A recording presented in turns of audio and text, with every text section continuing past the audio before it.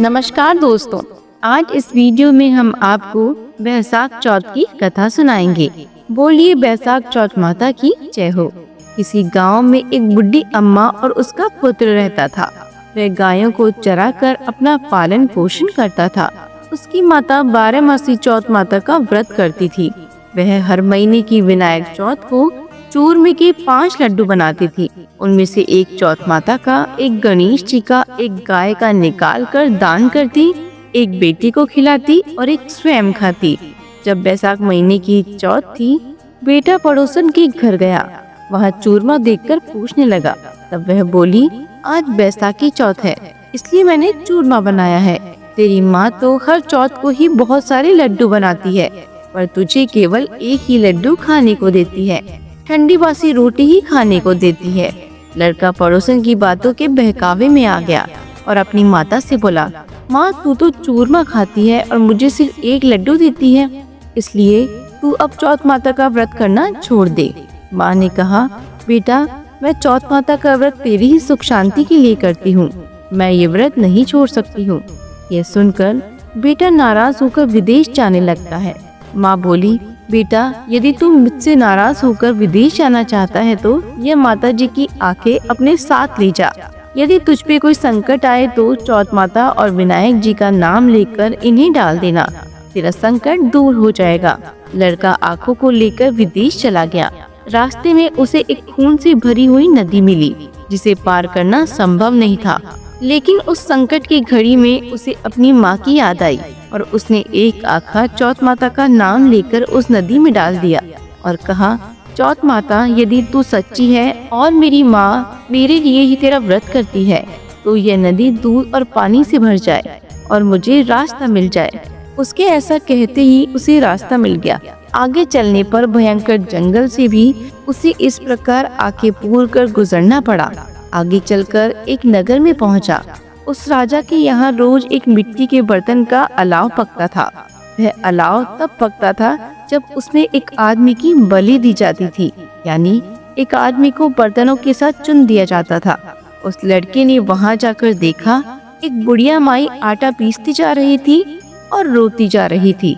लड़के ने इसका कारण पूछा, तब बुढ़िया बोली, आज मेरे इकलौते बेटे का इस अलाव में जाने का नंबर है।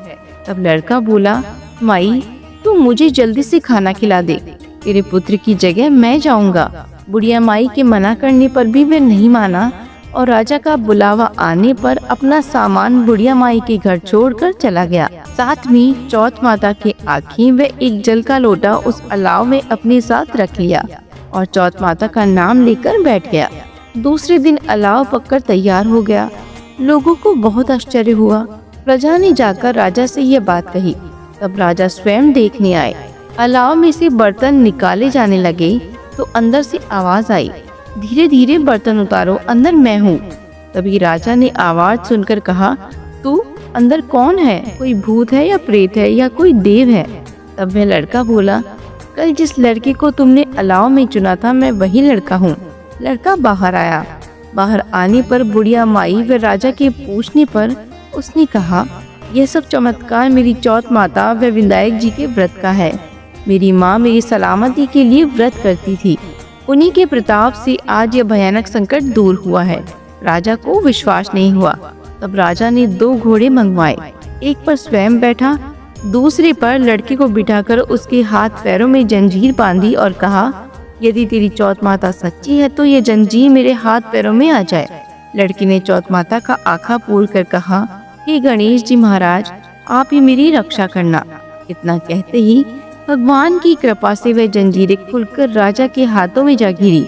राजा रानी व प्रजा ने चौथ माता का चमत्कार अपनी आंखों से देखा। उसी दिन से वे सभी चौथ माता व विनायक जी के परम भक्त हो गए। राजा ने अपनी राजकुमारी का विवाह उस लड़के के साथ कर दिया और बहुत सारा धन वैभव देकर उसको विदा किया।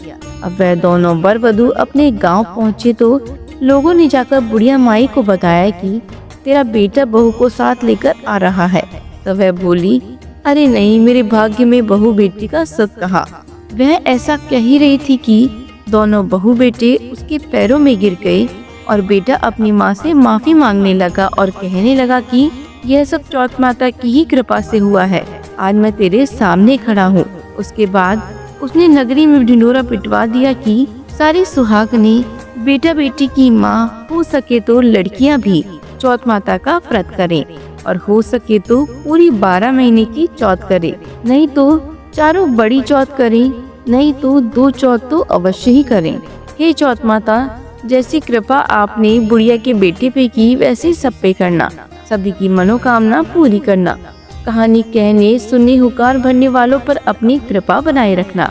बोलो चौथ माता की जय हो। आशा करते हैं कि आपको यह वीडियो पसंद आया होगा। इसी तरह के और भी वीडियोस को देखने के लिए हमारे चैनल को लाइक, शेयर एंड सब्सक्राइब जरूर करें। धन्यवाद।